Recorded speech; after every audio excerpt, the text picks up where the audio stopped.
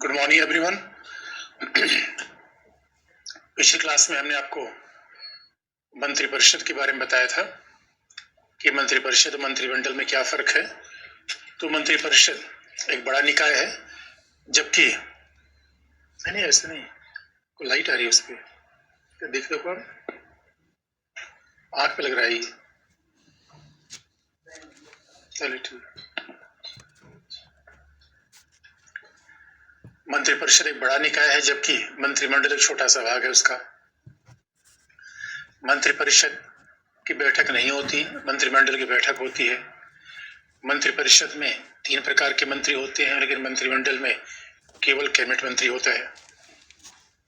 ये दोनों में अंतर है, लेकिन आप जानते हैं लिखने एग्जाम में हम दोनों को एक जैसा प्रयोग करते हैं। और अब उसके बाद देखिए,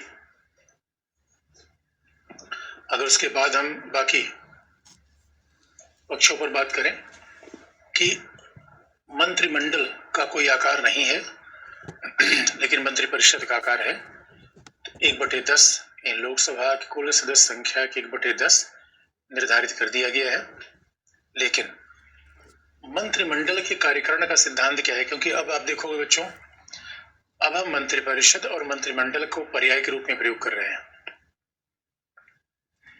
क्योंकि मंत्रिपरिषद मंत्रिमंडल के बीच टेक्निकल अंतर तो है, लेकिन लिखते समय हम पर्याय के रूप में काम करेंगे, क्योंकि मंत्रिपरिषद के स्थान पर जो संस्था काम करती है वो मंत्रिमंडल है।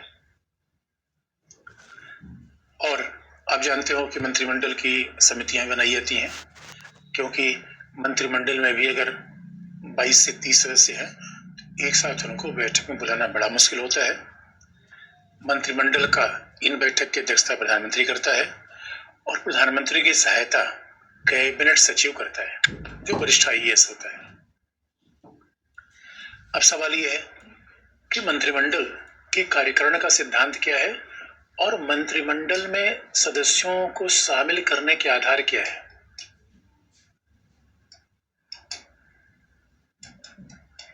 क्योंकि बच्चों,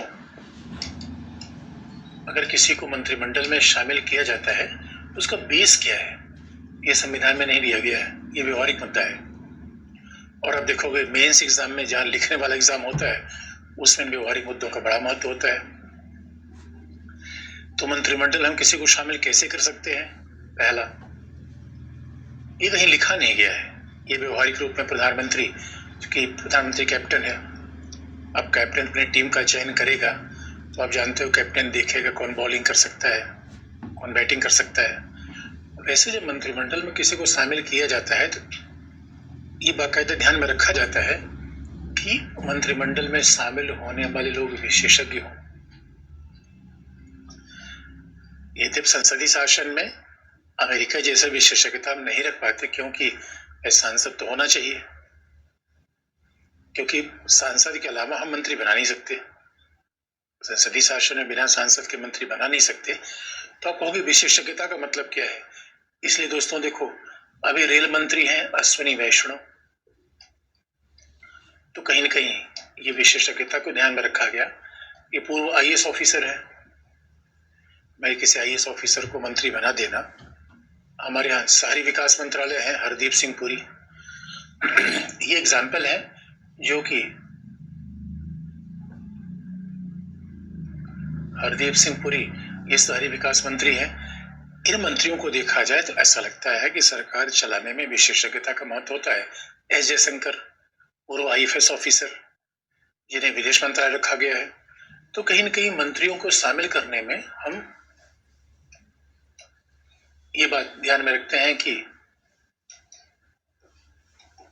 कि विशेषज्ञता बनी रहे, क्योंकि सरकार चलाने में विशेषज्ञता आज की दुनिया अलग है, साइबर सुरक्षा की दुनिया। आज तो एक जमाना था जब शादी ब्याह लोग ढूंढते थे, आज तो शादी.com है। दुनिया में बड़ा बदलाव है, विशेषज्ञता की दुनिया है, परमाणु दुनिया है सॉरी, और सूचना संचार की दुनिया है। ऐसी दुनिया में आपको सरकार चलाने में भी विशेषज्ञ चाहिए। लेकिन दोस्तों आप देखोगे विशेषज्ञता की समस्या तब आती है क्योंकि सरकार बनाने के लिए आपको चुनाव जीतना है, और चुनाव जीतने में अलग कलाकार लोग चाहिए। अब चुनाव कौन जिताएगा? जो कहते भाई और बहनों, चुनाव जिताने के लिए जादूगर चाहिए। अब कई बार ये सरकार के सामने समस्या होती है, अगर मंत्री सारे विशेषज्ञ हो जाएंगे तो आने वाले चुनाव में कौन जिताएगा? ये भाई मोदी जी का जादू चल रहा है तो वो किसी मंत्री को शामिल कर ले। दूसरी बात, मंत्रियों के शामिल करने में क्षेत्रीय विविधता को हम ध्यान में रखते हैं। इंक्लूजन, क्षेत्रीय विविधता, सामाजिक विविधता। दोस्तों, इसे लोकतंत्र में खास बात होती है, समाज के हर वर्ग का रिप्रेजेंटेशन होना चाहिए। ऐसा नहीं है कि कोई एक ही व्यक्ति आ गया तो काम चल जाएगा। इसी वजह से डेवलपमेंट हर वर्ग के हिसाब से अलग अलग हो सकता है। आप कह दोगे कि आर्थिक विकास हो गया तो महिलाएं कहेंगे भैया हमारा विकास तो हुआ ही नहीं। इसलिए आप देखो, एक तरफ है राजनाथ सिंह उत्तर प्रदेश से, तो दूसरी तरफ विधि मंत्री हैं किरण रिजिजू अरुणाचल से।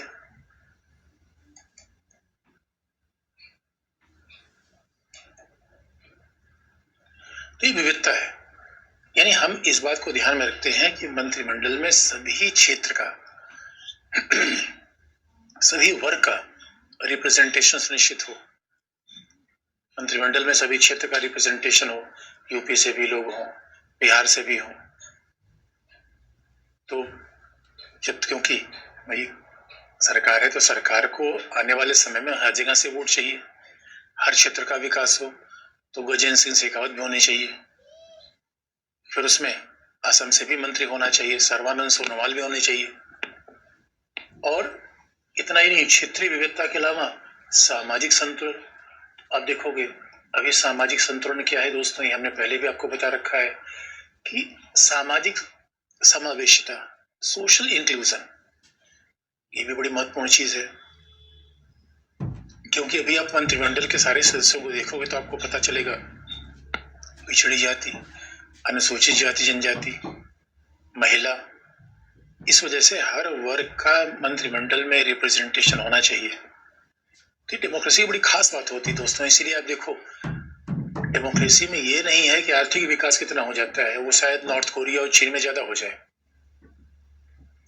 लेकिन डेमोक्रेसी खास बात क्या है कि सबका साथ सबका विकास। लोकतंत्र में हम साथ साथ हैं, सबको साथ लेके हम आगे बढ़ते हैं। ये लोकतंत्र की बड़ी महत्वपूर्ण बात कही जाती है। इसलिए आप देखोगे सामाजिक रूप में पिछड़ी जाति, अनुसूचित जाति जनजाति, महिला, अनुसूचित जाति जनजाति, महिला, सभी का रिप्रेजेंटेशन हम मंत्रिमंडल में स्थापित करने का प्रयास करते हैं। इसलिए तो अब देखो, हमेशा सरकार कह रही है कि न्यायपालिका में नियुक्ति का तरीका बदला जाए।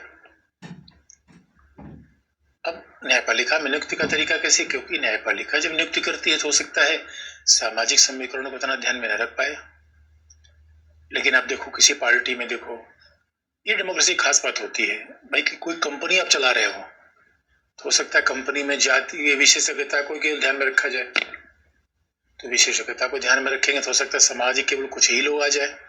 लेकिन जो लोकतंत्र चलता है इसकी बड़ी ब्यूटी ये है कि इसमें विशेषज्ञता भी रहेगी, क्षेत्रीय विविधता भी रहेगी, सामाजिक समावेशन भी रहेगा, स्मृति ईरानी रहेंगी, निर्मला सीतारमन रहेंगी, महिलाएं भी रहेंगी। आप जरा देखो, चीन बहुत बड़ा देश हो सकता है, आर्थिक विकास के मामले में बड़ा महत्वपूर्ण है, लेकिन जरा सोच के देखो कि चीन में आपको कोई बड़ी प्रभावी कोई महिला मंत्री कभी दिखी? अब नहीं दिखा होगा। हमारे यहाँ राष्ट्रपति महिला, मंत्रिमंडल में से निर्मला सीतारमन महिला।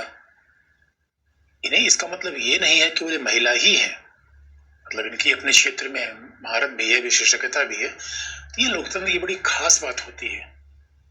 तो दोस्तों, और इसे लोकतंत्र होना चाहिए क्योंकि सबको शेयर मिलना चाहिए पावर में। तो मंत्रिमंडल में शामिल होने के सब बेस होते हैं जो कहीं बताते नहीं।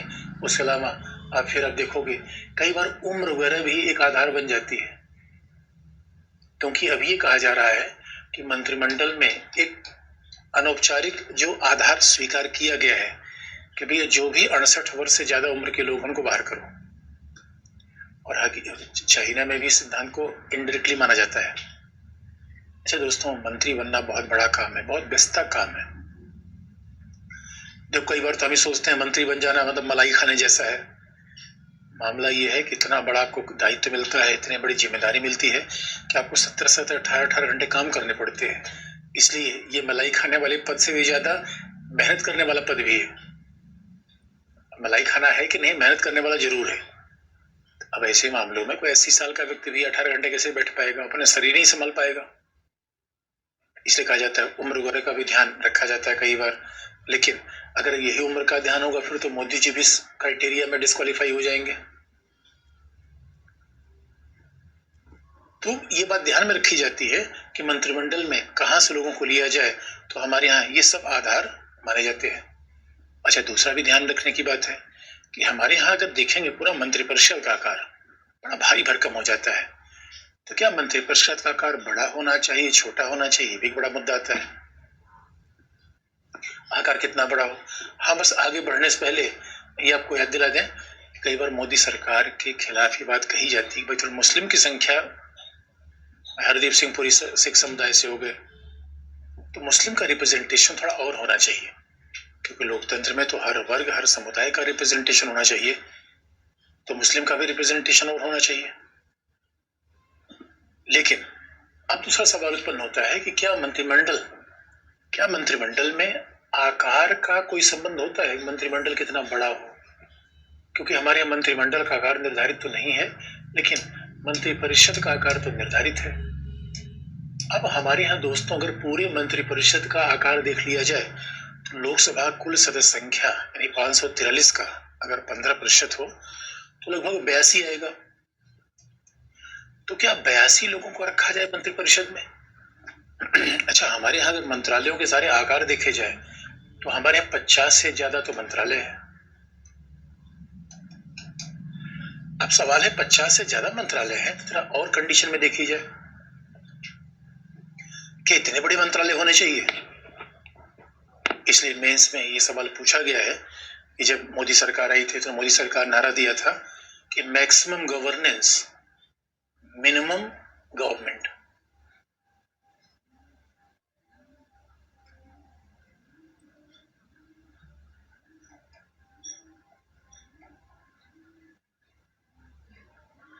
मैक्सिमम गवर्नेंस मिनिमम गवर्नमेंट यानी बात बड़ी सिंपल सी है, सरकार का काम ज्यादा होना चाहिए, आकार। मैं किताबें बहुत सारी रख ली, एग्जाम पास नहीं हुआ, वैसे आए थे हरिभजन को उठन लगे कपास। सरकार बनी है कोई काम करने के लिए, तो मैक्सिमम गवर्नेंस का मतलब होता है कि सरकार के कार्य ज्यादा होने चाहिए, सरकार का आकार नहीं। नहीं पता चला कि रेलवे का टिकट बेचने के लिए 5 काउंटर बना दिया, टिकट एक भी नहीं बिका। आकार तो आपने ज्यादा बना दिया, काम कुछ नहीं हुआ। तो गवर्नेंस का मतलब है सरकार का संचालन, सरकार के काम। तो मैक्सिमम गवर्नेंस होना चाहिए, मिनिमम गवर्नमेंट होना चाहिए। यानी पदाधिकारी कम रखो, काम ज्यादा। एक कहावत है, ज्यादा जोगी मठ उजाड़। इसलिए मोदी सरकार नारा दिया। और क्यों ये बात बहुत महत्वपूर्ण है दोस्तों, क्योंकि हकीकत की बात यह है, देखो अमेरिका जैसे विकसित देशों में, यानी अमेरिका का मतलब है पूरा अमेरिका महाद्वीप नहीं बल्कि एक देश, यूनाइटेड स्टेट्स ऑफ अमेरिका, संयुक्त राज्य अमेरिका। यहाँ पे मंत्रालयों का आकार लगभग 22 होता है, मैक्सिमम 20 से 25। यहाँ तक चीन जैसा देश जो मंत्रालय का आकार, इतना बड़ा देश, विकसित, इतनी बड़ी इकोनॉमी, वहां भी मंत्रालय का आकार 20 से 25, लगभग 20 से 22, 25। तो 20-25 का एक औसत निकाल लिया जाए तो आएगा 22-23।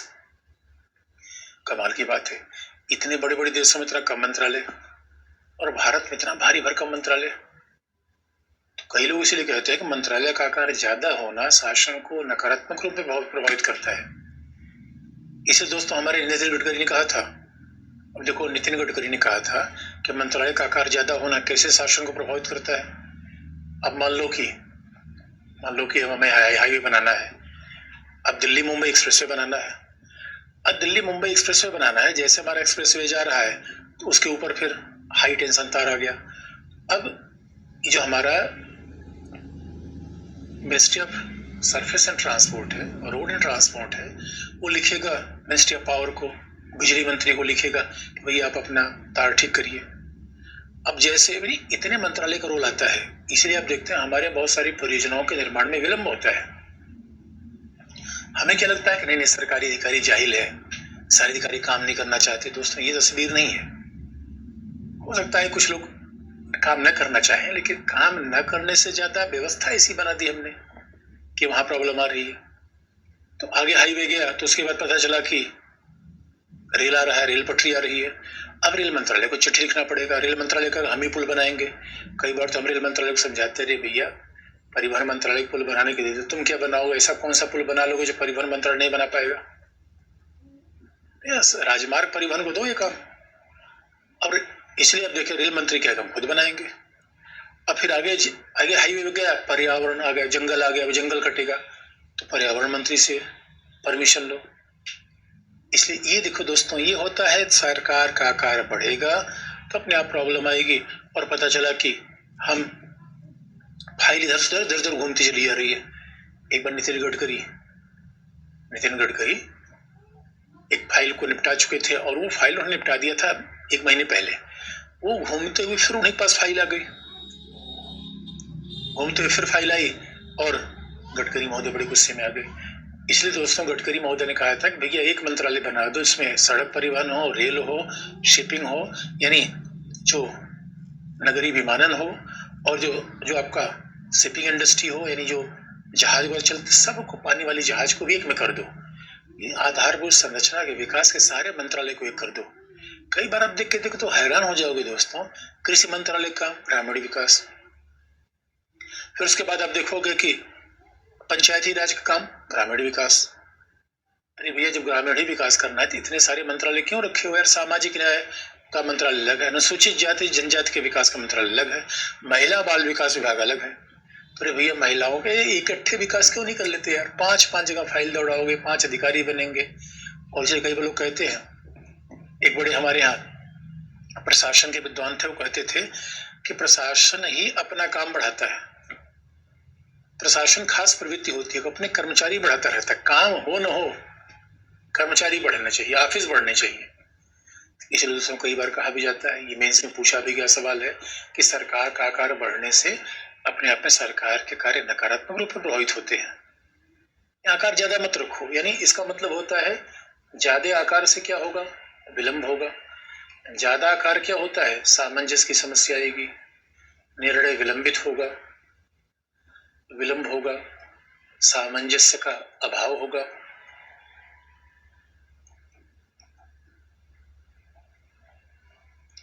सामंजस्य का अभाव होगा, ये प्रॉब्लम आती है। और आप देखोगे, अब ठीक है आप कहोगे सर सामंजस्य का अभाव होता है और क्या प्रॉब्लम है, और हकीकत का मामला ये है कि अब ये प्रॉब्लम है कि निर्णय लेने में विलंब होगा, अधिकारी ज्यादा होंगे, पैसा सरकार का पैसा खर्च ज्यादा होगा। और दोस्तों हम गरीब देश के लोग हैं। अरे यहाँ पे तो बीड़ी पीने वाला भी टैक्स देता है, तो अब ये भी ध्यान रखिए दोस्तों, ये सबका भला करना है। अब ये नहीं कि यानी हमारे यहाँ अधिकारियों को टैक्स, जिस पैसे से सबको पेमेंट मिल रहा है वो टैक्स पेयर का पैसा है, आम जनता का पैसा है। इसे लोकतंत्र केवल इसलिए नहीं है कि हमारा वोटिंग के द्वारा हमारा शासन आया हुआ है। अरे यहाँ एक आदमी ने टैक्स दिया है, उसी के पैसे से सबको वेतन मिलता है। इसलिए डीएम साहब को वेतन हमारे टैक्स से मिलता है, इसलिए हमने उनको सेवा के लगाया हुआ है। तो आप कहोगे सर इसका कोई उपाय है क्या, क्योंकि हमारे यहाँ लोकतंत्र है भी, अब इतना कम मंत्रालय कर दोगे तभी समस्या आएगी। इसलिए अब देखो अभी सरकार ने क्या किया है, गति शक्ति योजना ला दी है।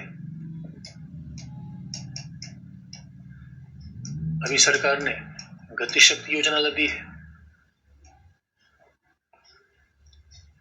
गति शक्ति योजना के द्वारा क्या किया गया, अब सरकार ने गति शक्ति योजना लाई और गति शक्ति योजना के द्वारा ये प्रयास किया गया है कि विभिन्न मंत्रालयों के बीच में कम से कम एक समन्वय किया जाए, सामंजस्य किया जाए।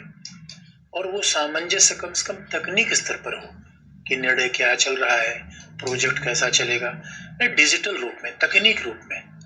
होता ना कोई हाईवे कहाँ डेवलपमेंट हो रहा है, कोई फाइल कहाँ रुकी हुई है, ये सब मंत्रालय आपस में डिजिटली कनेक्ट हो जाए, कम से कम आधारभूत संरचना के विकास का कार्यक्रम।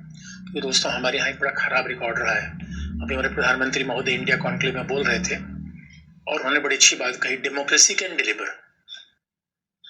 आपको हकीकत है दोस्तों, कई बार लोग लोकतंत्र की इसलिए आलोचना करते हैं कि भैया आए थे वजन को उठन लगे कपास, और लोकतंत्र में तो पता चला कि सरकार काम हो ही नहीं रही है, बस केवल यहाँ चुनाव जीतना, चुनाव लड़ना, बस यही लोकतंत्र में हो गया है। ये लोकतंत्र विकास, ये दोनों विरोधाभासी चीजें हैं। इसका सपना मत देखिए, चीन को देखिए, ऐसे लोग कह देते चीन को देखिए भैया, सिंगापुर को देखिए। तो दोस्तों हकीकत की बात यह है कि लोकतंत्र में विकास हो सकता है। तो प्रधानमंत्री कह रहे हैं यानी हमारे यहाँ कोई परियोजना उद्घाटन हो और समय पर पूरा हो जाए, ये नई प्रवृत्ति है, यकीन मानिए। ये पहले हमारे यहाँ पता चलता था कि नेताजी ने उद्घाटन कर दिया, एक पट्टी लगी, दो पट्टी लगी, 3 बार 3 पट्टी बदली गई, नाम उद्घाटन करने वाले को नाम बदले, परियोजना का नाम, परियोजना शुरू ही नहीं हुई। ऐसा नहीं होना चाहिए। तो डेमोक्रेसी कैन डिलीवर का मतलब है कि लोकतंत्र के द्वारा हम विकास प्राप्त कर सकते हैं। तो अभी क्या किया, गति शक्ति योजना विभिन्न मंत्रालयों के कृत किया गया, जिससे कि निर्णय त्वरित रूप में हो, समयबद्ध रूप में हो, समयबद्ध रूप में निर्णय किया जा सके, त्वरित रूप में निर्णय किया जा सके। क्योंकि दोस्तों उद्देश्य क्या है, उद्देश्य मंत्रालय का निर्माण करना तो नहीं है, और निदेशक तत्व के अध्याय को कोई भूलेंगे नहीं। भाई पूरी सरकार क्यों चल रही है, सामाजिक न्याय के लिए, आर्थिक विकास के लिए। सरकार चलाने पे सरकार नहीं चल रही है, इसलिए गति शक्ति योजना को हमने बाया लाया, जैसे कि मंत्रालयों का आकार को सामंजस्य दिया जा सके, निर्णय को त्वरित रूप में लागू किया जा सके और विकास के मुद्दे को आगे बढ़ावा दिया जा सके। यही तो है मैक्सिमम गवर्नेंस। अब मिनिमम गवर्नमेंट तो नहीं कर पा रहे, लेकिन गवर्नेंस तो मैक्सिमम किया जाए, तो इसलिए गति शक्ति परियोजना लाई गई। तो ये कहा जाता है कि उपाय कोई कोई होता ही है, ठीक है, क्योंकि लोकतंत्र में देखिए दोस्तों, भाई राजनीतिक समायोजन सहभागिता भी जरूरी होती है।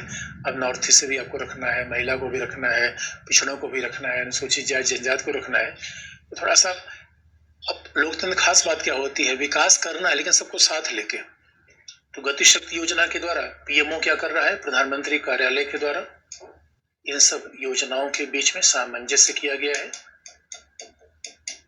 और इनकी समय समय पर समीक्षा की जाती है। यानी सीधे प्रधानमंत्री कार्यालय समीक्षा करता है कि भाई मुंबई ये दिल्ली एक्सप्रेसवे कब पूरा होगा, क्या इसमें अड़चने हैं। अब सवाल है कि बड़े पर्यावरण मंत्रालय की आपत्ति है, बिजली मंत्रालय कहाँ पे इस पे आपत्ति कर रहा है, तो सब एक पोर्टल पे इसको ला दिया जाए। लगभग 16 मंत्रालयों काम को एक पोर्टल पे लाया जा रहा है, जिससे विकास को गति दी जा सके, दिशा दी जा सके। ये काम किया गया है। इसलिए देखेंगे पिछली बार मेंस में ये सवाल पूछा गया, गति शक्ति योजना से उत्तर केवल गति शक्ति योजना का मामला नहीं है, पूरे सरकार के कार्य संचालन का मामला है, मंत्रिमंडल का मामला है, सरकार के बड़े आकार और सुशासन के बीच संबंध का मुद्दा है। इसे दोस्तों जब कोई सवाल एग्जामिनर हमसे पूछता है तो पहले हमसे ये मांग नहीं करता कि आपके पास इन्फॉर्मेशन हो। केवल गति शक्ति योजना के बारे में लिख देंगे कि 16 मंत्रालय के द्वारा हो गया, डिजिटल स्कीम है, तो ये बात तो पूरी नहीं हो पाएगी। आपको सिद्धांत संकल्पना जरूर लिखनी है उस विचार के पीछे। इसलिए ये मामला है कि मंत्रिमंडल का आकार और उसका प्रदर्शन। अब जरा देखें कि मंत्रिमंडल कार्य का सिद्धांत क्या है। अब दोस्तों जरा देखें कि मंत्रिमंडल के कार्य का सिद्धांत क्या है।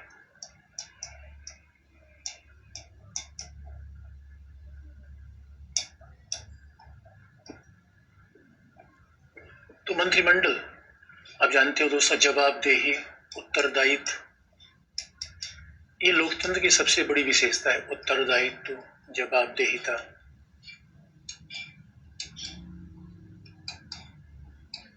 रिस्पॉन्सिबिलिटी, अकाउंटेबिलिटी, ये लोकतांत्रिक शासन की सबसे बड़ी विशेषता है। और रोज रोज का उत्तरदायित्व, तो हमने संसदीय शासन में कुछ शुरू से बताया था, रोज रोज का उत्तरदायित्व होगा।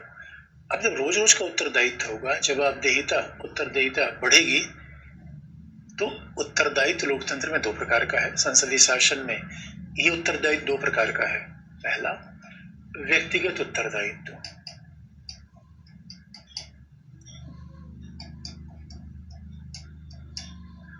आप याद रखो दोस्तों, व्यक्तिगत उत्तरदायित्व का मतलब है जहां हमारे संविधान के आर्टिकल 75 क्लॉज 2 में लिखा गया है, अनुच्छेद 75 के क्लॉज 2 में लिखा गया है कि मंत्री राष्ट्रपति के प्रसाद पर्यंत तक कार्य करेगा।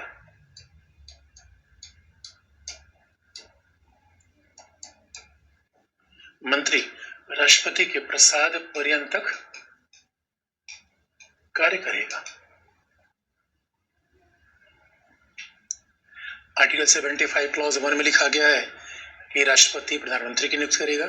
प्रधानमंत्री पर अभी आ जाएंगे, अभी हम बॉस को भी देखेंगे, कैप्टन को भी देखना हमें बाकी है, तभी संसदीय शासन की पूरी बात होगी। तो यहां लिखा गया अनुच्छेद 15, तो मंत्री राष्ट्रपति के प्रसाद पर्यंत तक उत्तरदायी होगा। अब ये बात ध्यान में रखना बच्चों कि जब ऑब्जेक्टिव एग्जाम में सवाल आता है तो आपको वही टिक करना है जो संविधान में लिखा गया है। और आजकल तो आईएएस एग्जाम में ऐसे शब्द का प्रयोग हो जाता है कि पॉलिटी के हिसाब से या संविधान के हिसाब से भारतीय राज्य व्यवस्था, इसका मतलब जो व्यवहार में होता है, व्यवहार का मतलब यह है प्रधानमंत्री कैप्टन है, प्रधानमंत्री अपनी टीम का निर्धारण करता है, व्यवहार है। अच्छा, प्रसाद पर्यंत का मतलब होता है जिसको हटाने के लिए हमें कोई कारण बताने की आवश्यकता ना हो, जिसका कार्यकाल निश्चित ना हो। तो मंत्री क्या होता है, राष्ट्रपति के प्रसाद पर्यंत काम करता है। अब अगर इस आर्टिकल को पढ़ने से संविधान में, यहाँ आर्टिकल मैं लिख रहा हूँ उसका संविधान में कोई बात लिखी गई है, तो आर्टिकल पढ़ने से ये लगता है कि द्रौपदी मुर्मू महोदय जब चाहेंगे तो राजनाथ सिंह को हटा देंगे। ये बात सुनकर आपको ऐसी लगी बच्चों? अरे भाई दोस्तों, यार द्रौपदी मुर्मू महोदय राष्ट्रपति, द्रौपदी मुर्मू चाहेंगे तो अमित शाह को हटा देंगे, इसके से यही प्रतीत लगता है। और अमित शाह पूछेंगे भी नहीं कि मैडम बताओ कौन सा कारण है, क्यों हटाया। प्रसाद पर्यंत का मतलब है जहां आपसे कोई कारण ना पूछ सके। लेकिन हकीकत की बात है, इसका व्यवहारिक मतलब कैसा समझा जाए।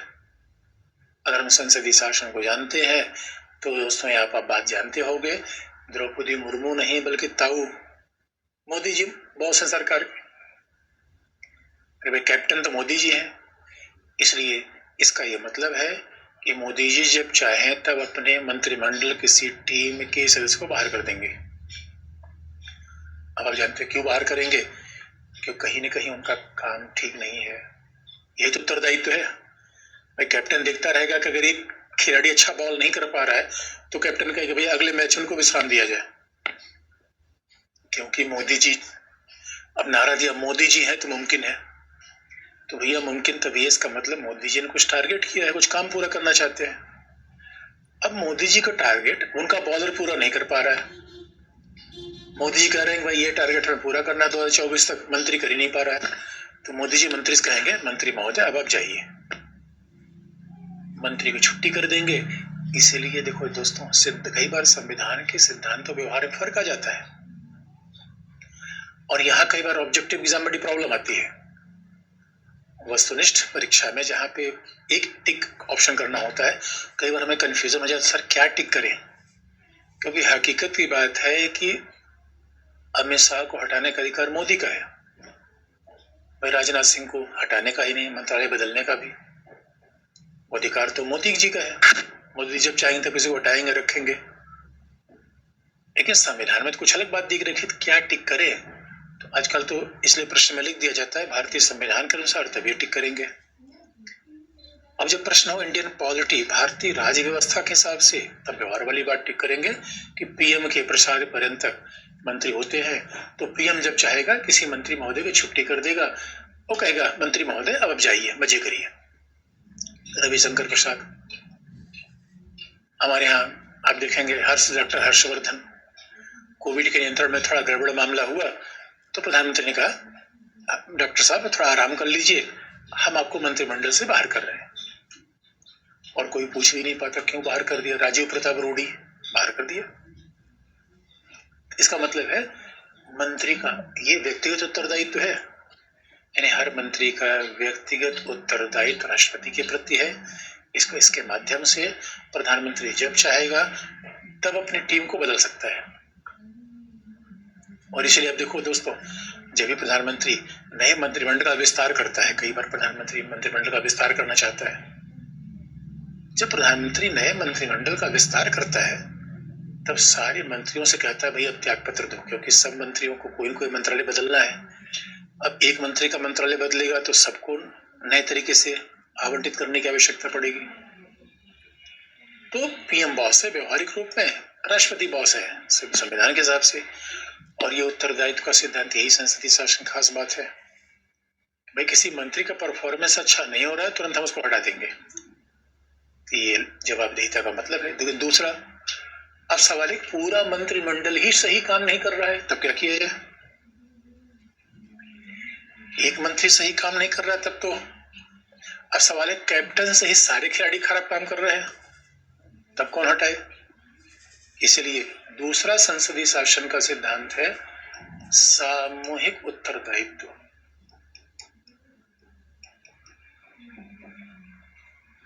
Collective responsibility.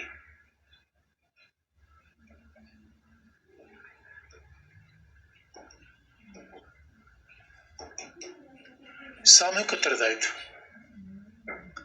संसदीय शासन का दूसरा सिद्धांत है कलेक्टिव रिस्पॉन्सिबिलिटी, सामूहिक उत्तरदायित्व। अब सामूहिक उत्तरदायित्व का मतलब है समूचा मंत्रिमंडल, एक मंत्री नहीं, समूचा मंत्रिपरिषद सामूहिक रूप में मतलब समूचा मंत्रिपरिषद सामूहिक रूप में लोकसभा के प्रति उत्तरदायी होगा।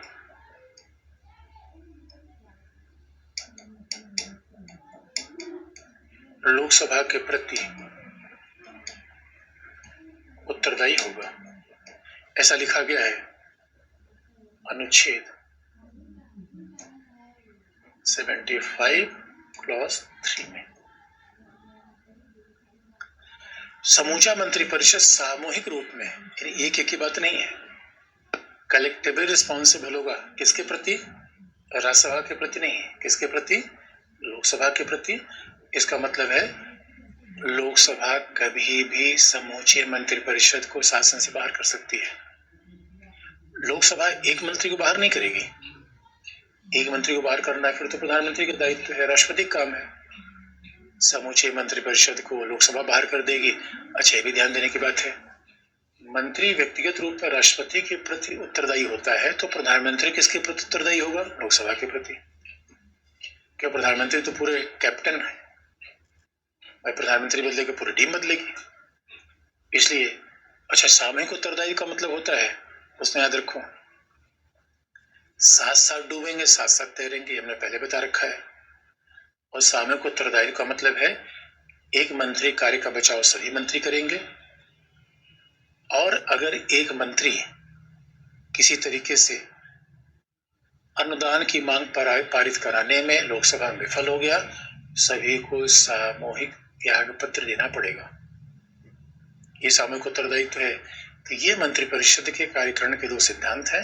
और शायद सामूहिक उत्तरदायित्व के बारे में तो मैंने जब संसदीय शासन बताया था तभी आपको बता दिया था। ये इनके कार्यकारण का सिद्धांत है। और वैसे आप जानते हैं मंत्रिमंडल की बैठक सीक्रेट चलती है, गुप्त चलती है। अब सवाल लास्ट वाला बचा है कि अगर हमने मंत्रिमंडल को देख लिया, मंत्रिपरिषद को देख लिया, तो जरा बॉस की भूमिका भी देख लें, प्रधानमंत्री की भूमिका जरा देख लें कि इस पूरे मंत्रिमंडल में प्रधानमंत्री की भूमिका क्या है। वैसे आपको अगर याद होगा तो हमने संसदीय शासन की मूलभूत विशेषताओं में प्रधानमंत्री की बात तो कह दी थी कि समकक्षों में पहला स्थान उसका आता है, समानों में थोड़ा प्रथम की हैसियत रखता है प्रधानमंत्री, ये तुमने बता दिया था आपको। अगर इसी बात का विस्तार कर दें, इसे थोड़ा विस्तार कर दें, क्यों? क्योंकि आजकल कहा जा रहा है कि भाई प्रधानमंत्री बहुत पावरफुल हो गए हैं। आजकल तो कहा जा रहा है कि ये संसदीय शासन नहीं बल्कि प्रधानमंत्री शासन हो गया है। ऐसा क्यों कहा जा रहा है? क्वेश्चन करें, संसदीय शासन अध्यक्षीय शैली में काम कर रहा है, ऐसा क्यों कहा गया? दोस्तों एक शब्द है, इसलिए हम दो शब्दों में अंतर कर लेंगे। एक है संसदीय शासन,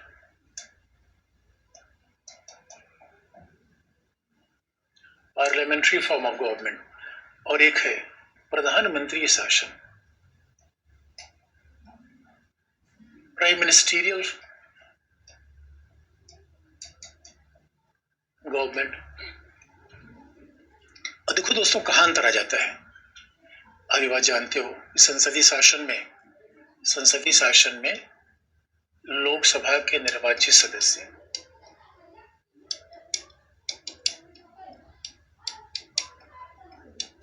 लोकसभा के निर्वाचित सदस्य प्रधानमंत्री का चयन करते हैं।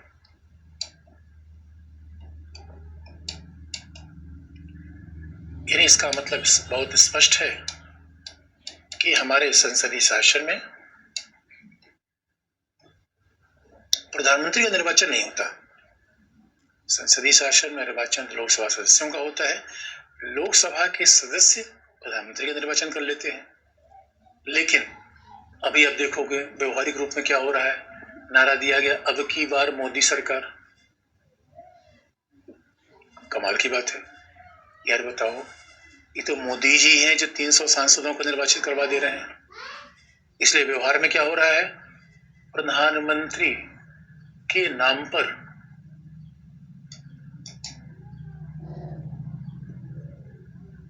पर सांसद निर्वाचित हो रहे हैं। कमाल की बात है। तो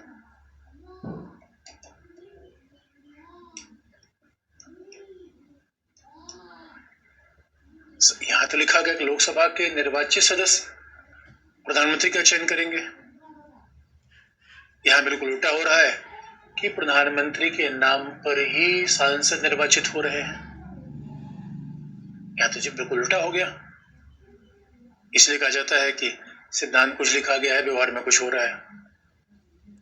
ये दोस्तों अध्यक्षीय शासन में होता है। अमेरिका जैसे देशों में है कि राष्ट्रपति के नाम से चुनाव होगा। हमारे यहाँ ऐसा नहीं होता कि राष्ट्रपति के नाम से चुनाव हो रहा है। दूसरी बात, संसदीय शासन क्या है, जहां मंत्रिमंडल निर्णय लेता है। मंत्रिमंडल निर्णय का केंद्र होता है।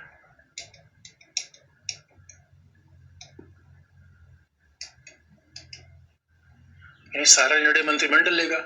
और प्रधानमंत्री शासन में क्या होता है, प्रधानमंत्री ही निर्णय का केंद्र बन जाए।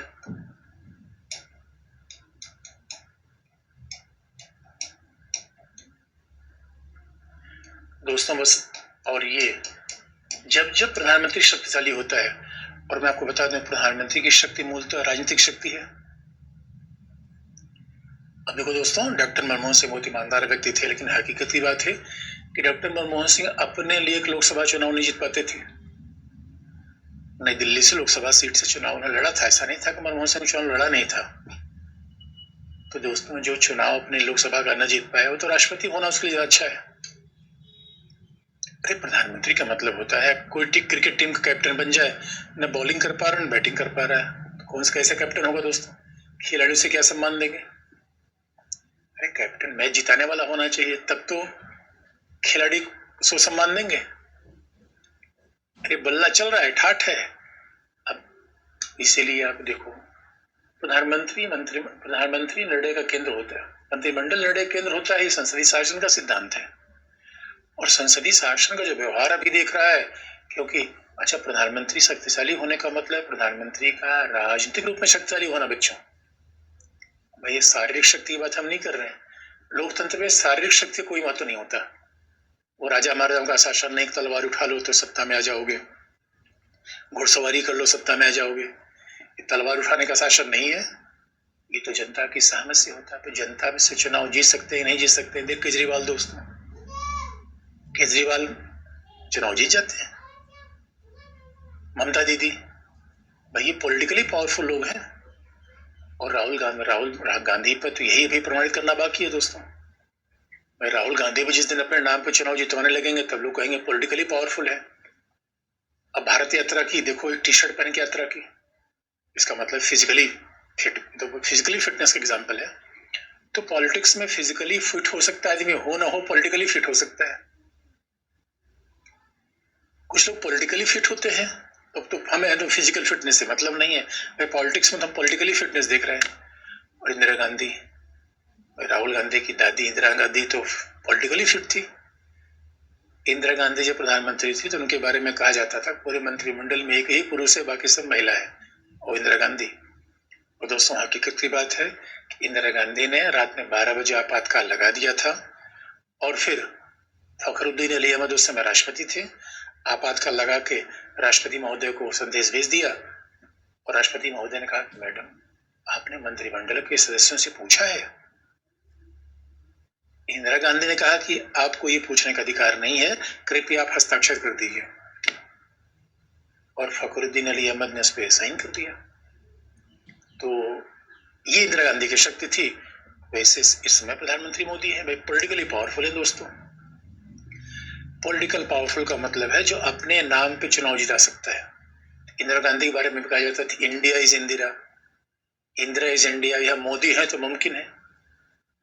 इसका मतलब जब जब प्रधानमंत्री लोकसभा में बहुमत हासिल करने की तरफ आगे बढ़ता है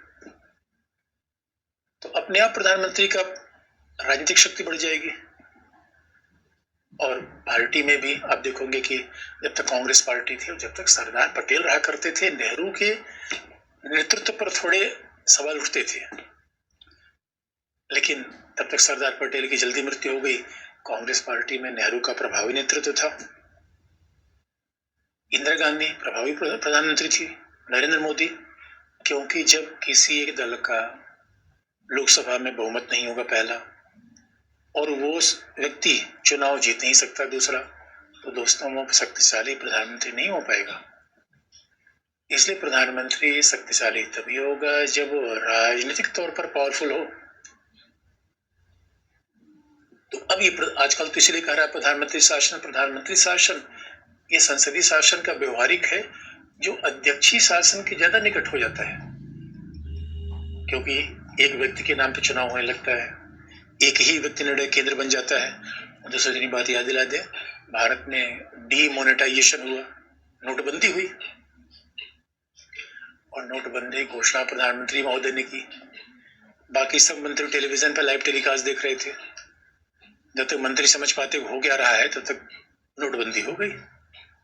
तो लोगों ने कहा भैया तो मोदी जी का निर्णय है। तो जब भी राजनीतिक शक्तियां बढ़ेंगी तो प्रधानमंत्री की शक्ति बढ़ती है। अब आप दूसरी बात भी देखोगे कि संसदीय शासन में आप याद रखना दोस्तों, कार्यपालिका हमेशा विधायिका के नीचे आनी चाहिए। संसदीय शासन का सिद्धांत है संसद कार्यपालिका पर नियंत्रण निगरानी बनाएगा। तो संसद का मंत्रिपरिषद पर, कार्यपालिका पर, संसद का मंत्रिमंडल पर निगरानी रहेगी। ये संसदीय शासन है। यानी संसदीय शासन में ये देखो दोस्तों, संबंध हमें स्पष्ट होना चाहिए। मंत्रिमंडल कभी ऊपर नहीं आ सकता है, संसदीय शासन का सिद्धांत है। लेकिन व्यवहार में भी देखो क्या हो रहा है। व्यवहार में अब जरा देखो दोस्तों, अभी तो हकीकत की बात यह है कि संसद का मंत्रिमंडल पर निगरानी है, उसके बजाय हम दूसरी बात देख रहे हैं। अभी तो मंत्रिमंडल या प्रधानमंत्री संसद को नियंत्रित कर रहा है। क्योंकि प्रधानमंत्री संसद को नियंत्रित कर रहा है कैसे? तो संसद से नियंत्रित होने के बजाय प्रधानमंत्री संसद को नियंत्रित कर रहा है। और आप पूछो कैसे? तो इसका बड़ा स्पष्ट बात है कि प्रधानमंत्री के पास बहुमत का नेतृत्व है, तो प्रधानमंत्री जो चाहेंगे वो संसद से विधेयक पारित करवा लेंगे। अब इसलिए आप देखोगे बहुत सारे विधेयक संसदीय समितियों के पास भी नहीं जा रहे हैं जब आगे पढ़ेंगे, क्योंकि प्रधानमंत्री का मतलब है जिनके पास लोकसभा में बहुमत का समर्थन है। जो प्रधानमंत्री कहेंगे वही लोकसभा करेगी। इसलिए आज की डेट में प्रधानमंत्री की शक्तियां बढ़ जाती हैं। और वैसे भी आप देखोगे हमारे यहाँ दोस्तों शासन चलाने के लिए प्रशासन का भी बड़ा महत्व है। तो शासन के संचालन के लिए प्रशासन कैसे काम करता है?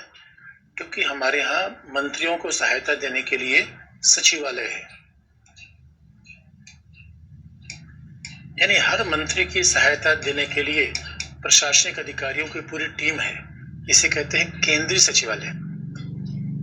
केंद्रीय सचिवालय का मुखिया है कैबिनेट सचिव।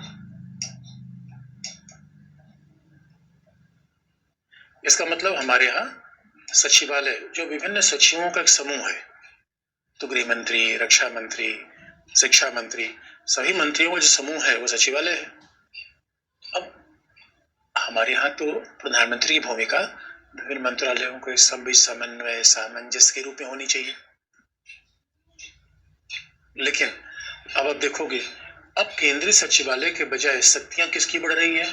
प्रधानमंत्री कार्यालय, प्राइम मिनिस्टर ऑफिस। और आपको हम याद दिला दें, प्रधानमंत्री कार्यालय मतलब लाल बहादुर शास्त्री के समय से थोड़ा प्रभाव में आना शुरू हुआ। और प्रधानमंत्री कार्यालय अपने प्रधानमंत्री का जो प्रिंसिपल सेक्रेटरी है, प्रमुख सचिव है, आज जो प्रधानमंत्री का प्रमुख सचिव है, प्रिंसिपल सेक्रेटरी है, उसका महत्व तो कैबिनेट सचिव से भी ज्यादा महत्वपूर्ण स्थान रख रहा है। जबकि परंपरागत रूप में माना जाता था कि कैबिनेट सचिव भारत सरकार के प्रशासनिक पद में सबसे बड़ा पद है। अब प्रधानमंत्री का प्रिंसिपल सेक्रेटरी, प्रमुख सचिव, और हकीकत तो ये है कि प्रधानमंत्री कार्यालय लगातार निर्देश देता रहता है कैबिनेट सचिवालय को, और प्रधानमंत्री कार्यालय का प्रिंसिपल सेक्रेटरी हो जा रहा है, कैबिनेट सचिवालय से भी बड़ी हैसियत रख रहा है। और ये भी इंटरेस्टिंग पार्ट है भाई, हर सचिवों का पूरा एक अधिक्रमता होता है। कैबिनेट सचिव होगा, उसके सहायता करने के लिए तमाम मंत्रालयों के सचिव होंगे। अब हकीकत की बात यह है कि देखो दोस्तों, गृह मंत्रालय को सहायता देने के लिए गृह सचिव होना चाहिए। प्रशासन का सिद्धांत तो ये है कि गृह मंत्रालय को सहायता देने के लिए गृह सचिव होना चाहिए, होम सेक्रेटरी होना चाहिए। अब होम सेक्रेटरी के नीचे additional secretary, joint secretary, section officer, तमाम हायरार्की होती है। लेकिन हकीकत की बात यह है कि यही पीएमओ कार्यालय में है, तो प्रधानमंत्री कार्यालय में अगर एक छोटा सा अधिकारी भी, यानी अंडर सेक्रेटरी प्रधानमंत्री कार्यालय के सबसे नीचे का अधिकारी है, अगर अंडर सेक्रेटरी कोई सेक्रेटरी को आदेश देता है तो भी अंडर सेक्रेटरी की बात बड़ी प्रभावशाली बन जाती है और बाकी मंत्रालयों के सेक्रेटरी उसकी बात को मान लेते हैं, क्योंकि मैसेज प्रधानमंत्री कार्यालय से आया है। तो दोस्तों, प्रधानमंत्री कार्यालय की बढ़ती शक्तियां केंद्रीय सचिवालय को नीचे करती हैं, इससे प्रधानमंत्री की शक्ति बढ़ती है। इसलिए कहा जाता है कि आजकल तो संसदीय शासन में प्रधानमंत्री की शक्तियों में, यानी व्यक्ति की शक्ति में केंद्रीकरण होना दोस्तों, कई बार कहा जाता है कि लोकतंत्र के खिलाफ है। लेकिन लोकतंत्र में देखिए दोस्तों, लोकतंत्र में व्यक्ति पूजा नहीं होनी चाहिए, तो सिद्धांत है लोकतंत्र का। लेकिन अब ये तो है जनमत दोस्तों। अच्छा, कई लोग यह आलोचना कर लेने लगते हैं, अरे भारत में तो लोकतंत्र नहीं रहा, लोकतंत्र खतरे में पड़ गया। दोस्तों, ऐसा कुछ नहीं है, सब पॉलिटिकल आलोचना है, ये सब राजनीतिक आलोचना है। क्योंकि हकीकत की बात है, जो भी नेता पावरफुल बनता है, अरे हर पार्टी की एग्जाम्पल आप देख लीजिए। अरे भारत में तो कई बार परिवार ही पूरी पार्टी के रूप में काम करती है, तो बात कैसे मान लीजिए। इसलिए ये राजनीतिक आलोचनाएं हैं जिनके हमसे हमें दूर रखना है। हमें बात सैद्धांतिक तौर पर लिखना है, और सैद्धांतिक का मतलब है शक्ति का केंद्रीकरण तो प्रतिकूल होता है। अब ये नहीं लिखना है कि जैसे अगर हम ये कह रहे हैं कि वर्तमान सरकार तानाशाही हो गई है, ऐसा नहीं लिखना है हमें दोस्तों। हमारे यहाँ न्यायपालिका है, फ्रीडम ऑफ प्रेस है, सरकार, अरे वो कुल मिला के जनता की शक्ति है। ये इसलिए हमें सैद्धांतिक लिखना है, केंद्रीकरण होना ठीक नहीं है। और कुल मिला के जनता ही तय करती है, क्योंकि केंद्रीकरण होगा तो separation of power, check and balance, ये प्रभावित होता है। लेकिन लोकतंत्र में असली मालिक तो जनता है। भाई, हमने 30 साल गठबंधन का सरकार भी देखा, 1989 से लेकर 2014 तक, मई 2014 तक गठबंधन की सरकार थी। आया राम गया राम, रोज ही चुनाव हो रहा है, तो जनता भी उससे भी आजी जा चुकी थी। इसलिए कुल मिला के यहाँ पे अगर प्रधानमंत्री शक्तिशाली है, तो प्रधानमंत्री का कोई शासन वंशानुगत नहीं है दोस्तों। यहाँ पे ये राजा महाराजा से ऐसा शासन नहीं है। 5 साल के बाद 2024 में जनता बताएगी। इसलिए हमारे यहाँ लोकतंत्र में कुल मिला के जनता की सर्वोच्चता होती है। हमारे यहाँ संविधान की सर्वोच्चता है, प्रधानमंत्री या किसी पद की सर्वोच्चता नहीं है। फिर भी शासन में प्रधानमंत्री की शक्ति बढ़ सकती है, क्योंकि राजनीतिक तौर पर जब उसकी भूमिका बढ़ेगी तो निश्चित तौर पर उसकी शक्तियां निर्णायक तौर पर बढ़ जाएंगी। और वैसे भी संसदीय शासन में आप जानते हो, प्रधानमंत्री समकक्षों में प्रथम तो होता ही है। प्रधानमंत्री समकक्ष में प्रथम होता है, लेकिन दोस्तों पॉलिटिक्स की बात अलग है। अब ये डिपेंड करता है प्रधानमंत्री की राजनीतिक हैसियत कैसी है। अब एक जमाने में मनमोहन सिंह प्रधानमंत्री थे। संजय बारू ने किताब लिखी है एन एक्सीडेंटल प्राइम मिनिस्टर। तो प्रधानमंत्री मनमोहन सिंह प्रथम थे, ये डिस्प्यूट समकक्ष थे, डिस्प्यूट का विषय है। क्योंकि प्रधानमंत्री जब मनमोहन सिंह थे तो उस समय उनके जो कैबिनेट मंत्री थे पहली सरकार में, अर्जुन सिंह मानव संसाधन मंत्री थे। जब शिक्षा मंत्रालय बन गया है तो अर्जुन सिंह ने मनमोहन सिंह से कहा, ऐसा मनमोहन सिंह जी, एक IIT का IIM का एक संस्था सिंगापुर में खोल देते हैं। ये मनमोहन सिंह ने अर्जुन सिंह से कहा। अर्जुन सिंह ने मनमोहन सिंह को डांट दिया। अब जरा सोच के देखो, कैबिनेट मंत्री डांट दे रहा है प्रधानमंत्री को। गठबंधन सरकार के समय ऐसा संभव था, कैबिनेट मंत्री ज्यादा शक्तिशाली थे, इसलिए प्रधानमंत्री मनमोहन सिंह समकक्ष थे, डाउटफुल था, प्रथम की तो बात ही नहीं है। इंदिरा गांधी और मोदी समकक्ष, इनके समकक्ष कोई है ये डाउटफुल है। भाई मोदी एक समकक्ष कौन है? कोई नहीं। अब जिस दिन उतना सीट कोई जिता देगा तो हम मान लेंगे समकक्ष है। और इसीलिए आप देखोगे सब मोदी मोदी करते रहते हैं। पॉलिटिक्स है, चुनाव जिताते हैं, कैप्टन है तो उड़गाना करना पड़ेगा। और इंदिरा गांधी के नाम पे सब चुनाव जीत जाते थे। तो इंदिरा गांधी के समकक्ष कौन था? कोई था ही नहीं। इसलिए सिद्धांत अलग होता है, कई बार व्यवहार अलग अलग हो जाता है। तो फिलहाल भारत में प्रधानमंत्री की शक्तियां बढ़ रही हैं। हमारे यहाँ प्रधानमंत्री शासन की प्रणाली अध्यक्षीय शासन रूप में काम कर रहा है, अध्यक्षीय शासन प्रणाली के रूप में काम कर रहा है, ऐसा कहा जा सकता है। लेकिन ये कोई स्थायी लक्षण नहीं है। ये समय समय की बात है, कभी प्रधानमंत्री कमजोर रहा, कभी शक्तिशाली रहा, क्योंकि ये दलीय समीकरण के हिसाब से निर्धारित होता है। तो दोस्तों, ये हमने संसदीय शासन की मूलभूत विशेषताएं देखी। अब थोड़ा कुछ बेसिक बातों पर आ जाए। लोकसभा, राज्यसभा, अभी दोस्तों हमने बड़ी बड़ी बातें देख ली। संसदीय शासन क्या है, प्रधानमंत्री शासन क्या है। अब जरा हम देख लें थोड़ा सा बेसिक बातें। संसदीय शासन की पिलर क्या है, लोकसभा है, राज्यसभा है। तो अब जरा हम लोकसभा राज्यसभा की बात भी देख लें, तब मुद्दे को आगे बढ़ाएं। और लोकसभा राज्यसभा की बात यहीं जरा देखें। पहले हम देखिए दोस्तों, हमारे यहाँ सांसद होने की योग्यता क्या है। अब देखो, इन बेसिक बातों को बड़ी ध्यान से पढ़ना बच्चों। ये ऑब्जेक्टिव एग्जाम के लिए, पीटी एग्जाम के लिए बड़ा जरूरी होता है। कई बार हम बेसिक बातें छोड़ के चलते हैं, यही गड़बड़ी है पढ़ने में। तो सांसद कौन सा होना चाहिए? सांसदों की योग्यता संविधान में लिखी गई है। सांसदों की योग्यता संविधान में लिखी गई है। और सांसद कैसा होना चाहिए हमारे यहाँ? भारत का नागरिक।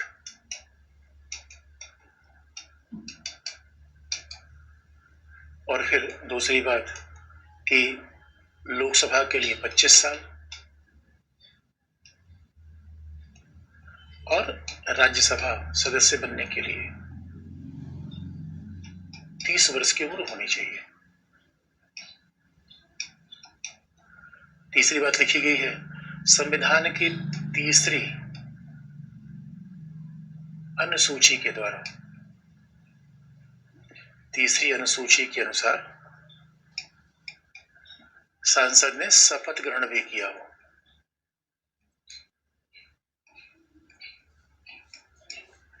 और उसके साथ दोस्तों, क्योंकि अब संविधान हमारा संक्षेप का दस्तावेज है, संविधान में हर बात नहीं लिखी जा सकती, तो लोकसभा के सांसदों की योग्यता ऐसी बताई गई। उसके बाद कह दिया गया कि इसके अलावा कोई और योग्यता संसद विधि के द्वारा तय कर सकती है। संसदीय विधि के द्वारा निर्धारित किया जाएगा।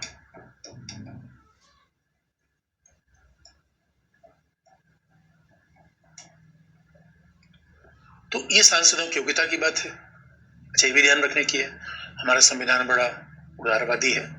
अनुसूची 2 में पहले कहा जाता है भैया वेतन भत्ता इतना होगा, वेतन भत्ता देख लो, पसंद आ जाए तो शपथ ग्रहण कर लो। और फिर आप सवाल पूछोगे सर लोकसभा के लिए 25, राज्यसभा के लिए 30 क्यों? तो इसका उत्तर आपको मिल जाएगा। 25-30 में बड़ा फर्क होता है दोस्तों। हमारे संविधान निर्माताओं ने जहां जहां से काम किया उसका बड़ा लॉजिक है। उम्र का अगर उम्र अलग अलग रखा गया है, क्यों? भाई राष्ट्रपति के लिए 35, राज्यसभा के लिए 30, लोकसभा के लिए 25। ऐसा सोच समझ किया गया है, कोई ऐसे सिक्का तो उछाला नहीं गया था। इसके पीछे बड़े तर्क हैं जो हम आगे देखेंगे भी। इसलिए जैसे कार्य होंगे वैसे पदाधिकारियों की सेवा शर्तें होंगी। कार्य ऐसा होगा ऐसे, मतलब बड़ा लॉजिकल तरीके से लिखा गया है संविधान।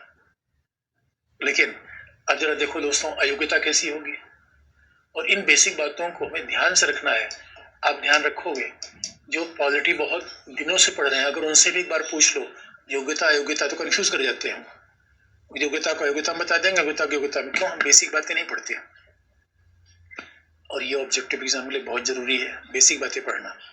अयोग्यता कैसा है कि अयोग्यता कैसा है?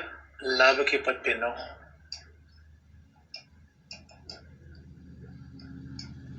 अब लाभ का पद क्या है, इसकी संविधान बात तो नहीं करता, लेकिन संसद ने अधिनियम बना के तय किया है कि लाभ के पद का मतलब क्या है। तो लाभ के पद की बात अभी हम करेंगे। संसदीय विधि से तय की गई है, और वह सक्षम न्यायालय के द्वारा, इसकी व्याख्या भी करेंगे, सक्षम न्यायालय के द्वारा विकृत चित्र का घोषित कर दिया गया हो। यहाँ पे लाभ के पद पर विकृत चित्त का घोषित कर दिया गया हो। पागल, पागल घोषित कर दिया गया। नहीं, हम पागल नहीं है भैया, हमारा दिमाग खराब है। विकृत चित्त का घोषित कर दिया गया हो। अब संविधान निर्माता बड़े विशेष शब्दों का प्रयोग कर रहे थे। विकृत चित्त का मतलब पागल। अब आप कहेंगे सर न्यायालय कैसे घोषित करेगा, इसका मतलब बताएंगे भी। और वह अनुन्मोचित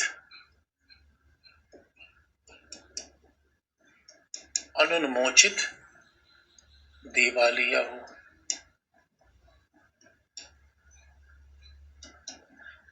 हो या किसी अन्य देश की नागरिकता ले चुका हो,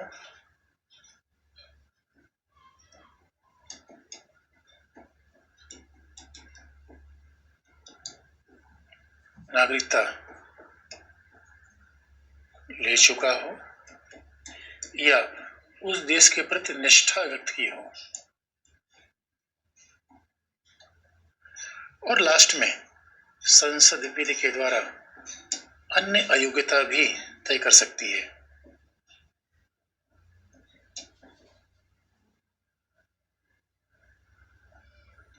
संसद विधि के द्वारा अन्य अयोग्यता भी तय कर देगी। लेकिन दोस्तों, इन सब के मतलब क्या है, इसकी हम व्याख्या करेंगे कल। आज तक के लिए इतना ही। इन सब के मतलब क्या है, लाभ का पद का मतलब क्या है, दिवालिया का मतलब क्या है, इसकी व्याख्या करेंगे कल। आज के लिए इतना ही।